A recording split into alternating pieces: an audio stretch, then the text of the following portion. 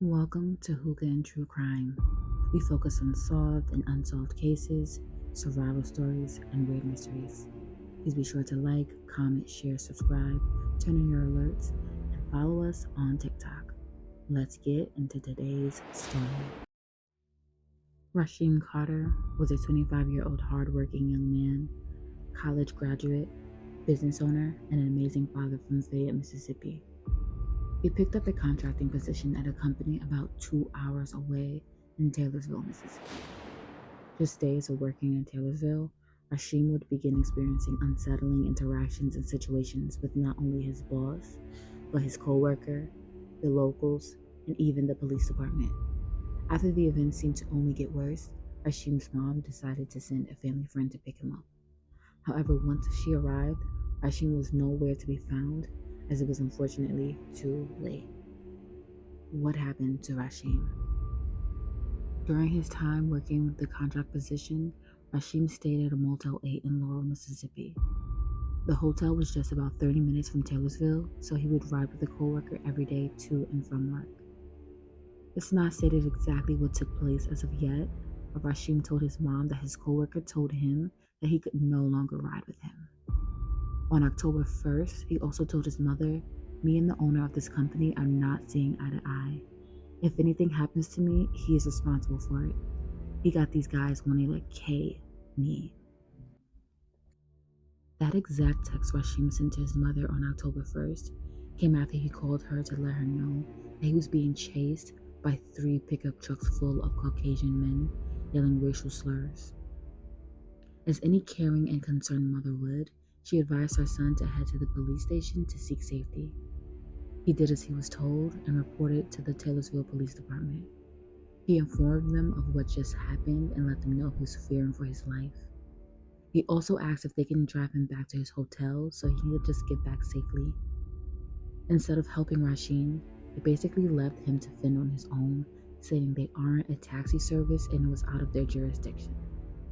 His mother was on the phone the entire time, and she heard the exact conversation where they essentially dismissed him. The very next day, on October 2nd, Rasheem was reported missing by his mom. The exact events that transpired on October 2nd are not yet known, but what we do know is Rasheem arrived back at the police station in the morning to state his concerns as he really felt like he was in immense danger. Again, they simply dismissed him and left him to fend for himself. He asked to at least borrow a charger as his phone battery was extremely low. They didn't even assist him with that, stating they didn't have a charger that would fit his iPhone. They suggested he buy a charger at Family Dollar. Rasheem walked into the Family Dollar and began searching for a charger, but overheard a cashier say, "Yes, he's in here," to an unidentified person on the phone. Upon hearing this, Rasheem felt even more unsafe and ran out of the store. Rasheem was able to send his location to his mom, but eventually stopped texting sometime on October 2nd. When the family friend arrived to pick up Rasheem, he was unfortunately nowhere to be found, not even at his hotel. Family and friends arrived on October 7th to do their own search for Rasheem, but unfortunately nothing would come out of it. A few weeks later, on November 1st, a sheriff reached out to Rasheem's mom to inform her of some heartbreaking news.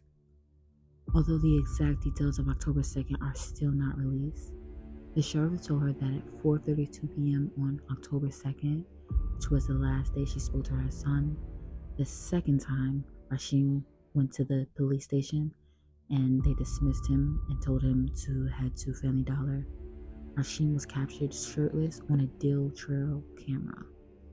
In the picture, you can visibly see Rasheem with marks and bruises all over his back, and he's holding a branch as if he was defending himself. Regarding the picture, his mom stated, "When I see that picture, I know my son was somewhere struggling, somewhere running for his life. I really believe he was chased there. This picture shows that something is not right. Something transpired." The next day, on November 2nd, exactly 1 month he was last seen alive, Rasheem's skeletal remains were discovered in that exact same wooded area, just about 300 yards from where he was last seen on that deer camera. The police department are adamant that no foul play was involved. However, at a press conference, Rasheem's autopsy revealed that he'd been decapitated and his remains were scattered throughout that area. His head was no longer attached to his body, and his front and bottom teeth were missing. The remains of Rasheem's body could fit into a box, not a full casket, but a box. Someone also tried to use his credit card at a time that it was already confirmed that he was no longer alive.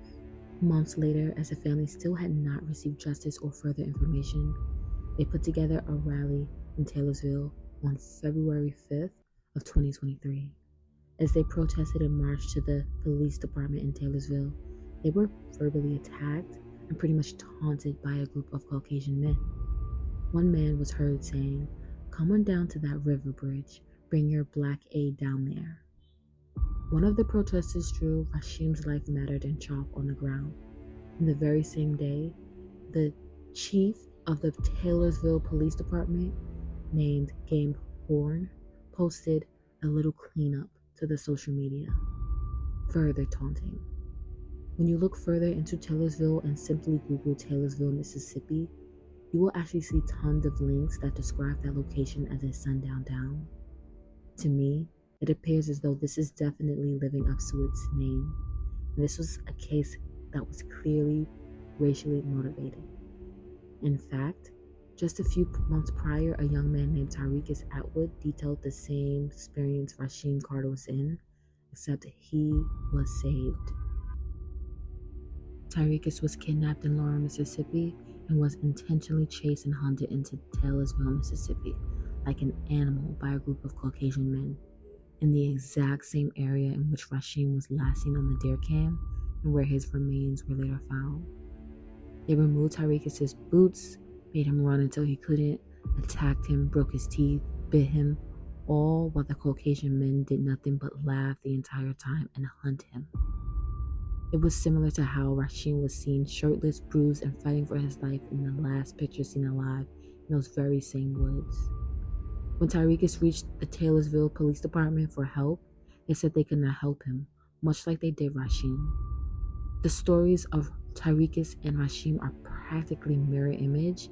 The only difference was Tirekus' family were able to reach him and arrive sooner. This is enough proof for me, anyone with eyes, and anyone with common sense, that Rasheem's case is definitely one where racism and foul play were involved. I'm sending love, light, and prayers to Rasheem's family as well as Tirekus, and I will keep you guys updated on this case.